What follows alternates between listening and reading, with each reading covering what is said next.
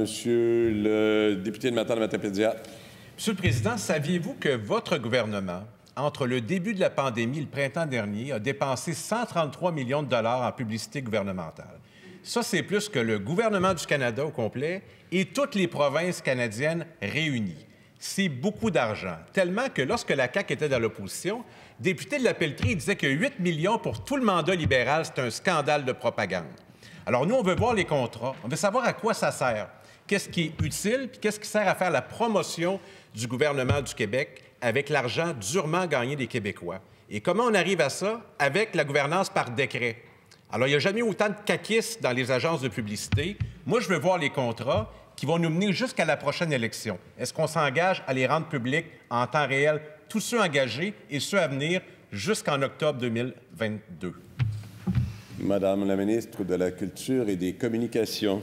Oui, merci beaucoup, Monsieur le Président.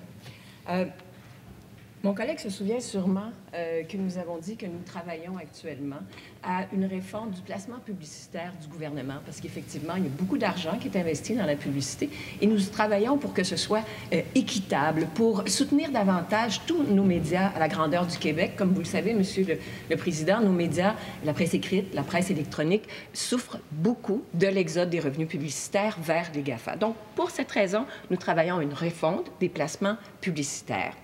Parallèlement à ça, Monsieur le Président, nous avons mis des mesures très, très fortes, entre autres, pour aider la presse écrite à passer à travers cet exode des revenus publicitaires, entre autres avec mon collègue, le ministre des Finances, un plan d'aide très important pour soutenir la presse écrite. Pour ce qui est du placement publicitaire, Monsieur le député, nous avons cette pandémie qui est toujours là, qui tire à sa fin, qui est toujours là, et nous avons profité de cette occasion pour informer la population et du même coup donner de l'aide, de l'oxygène à tous les médias à la grandeur du Québec avec ces publicités. Première complémentaire, Monsieur le député de Matane-Matapédia. On va y aller directement.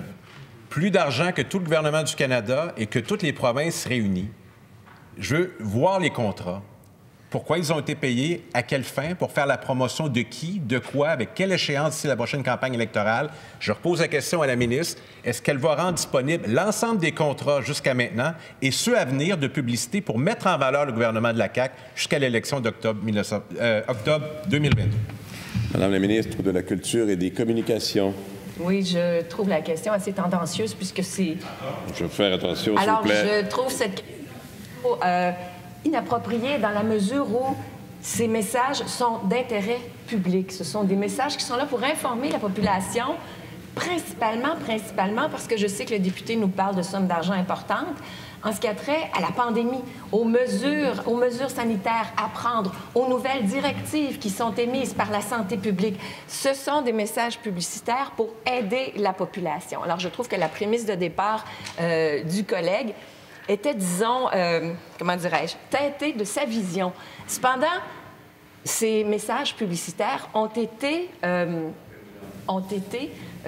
publiés, diffusés dans tous les médias. Deuxième complémentaire, Monsieur le député de Matane-Matapédia. Monsieur le Président, on va se rendre à 200 millions. L'argent durement gagné des Québécois, on veut savoir à quoi ça a servi. Je ne prends pas cette intervention-là, je veux voir le contrat.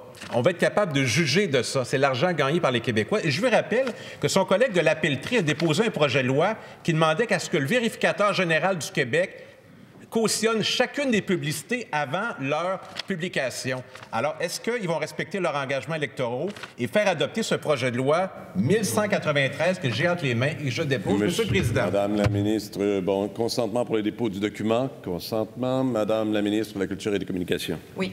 Alors, Monsieur le Président, pour ma part, j'inviterai le député, le collègue, à poser des questions à ces journaux locaux, à ces stations de radio locales, à ces stations de télévision locales, pour voir dans quelle mesure l'aide accordée via ces placements publicitaires a sauvé ces médias partout à la grandeur du Québec. Monsieur le Président, ce sont des centaines de médias, radio, télévision, journaux qui ont pu bénéficier de subsides qui leur ont permis de survivre et de passer à travers cette pandémie parce qu'on sait, Monsieur le Président, qu'il n'y en avait plus d'achats publicitaires. Alors, le gouvernement a pallié au manque de revenus pour faire vivre tous nos médias à la grandeur du Québec et j'en suis très fière.